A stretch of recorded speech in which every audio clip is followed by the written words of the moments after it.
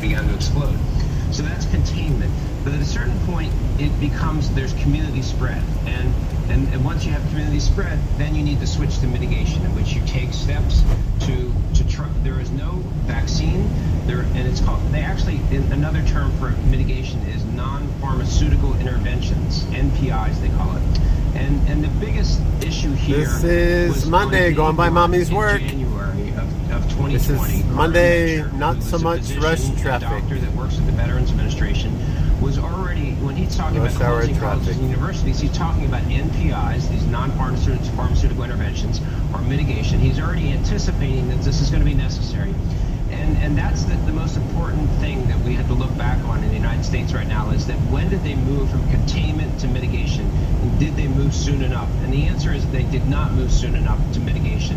And the result is that more people are dying and there are more illnesses than would have been necessary if they had shifted to mitigation sooner. And that's the point that Dr. Metcher was making in January of 2020, was we need to be prepared to move to mitigation as soon as there is sufficient evidence that community spread has started. And if you want to understand the biggest failure that is consequential in the United States, it was the slowness with which we moved to mitigation. So let's go to the so-called Red Dawn string of emails in which infectious disease specialists shared their concerns about the coronavirus very early on.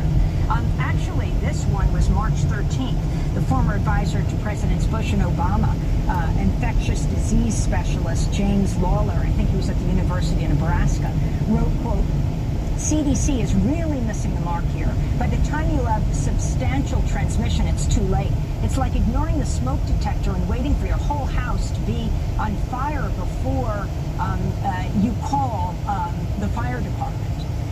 If you can comment and go back even further, because his own people, Trump's own people, like Navarro, like Azar, were warning, sounding the alarms in January. In fact, intelligence agencies were saying a pandemic is about to explode on the global scene. Right. Well, again, it's like the thing about mitigation or non-pharmaceutical interventions is it's a very simplistic. You know, it's like you would think we're so modern, we're so advanced in our science that we would have to resort to things like closing of schools and businesses and social distancing, which seems so crude, because you would think there'd be some treatment or some scientific method. But unfortunately, the reality is, with viruses that which the population has no resistance to, and that there's no treatment for, going back to the plague, there really is no solution other than forced upon isolation.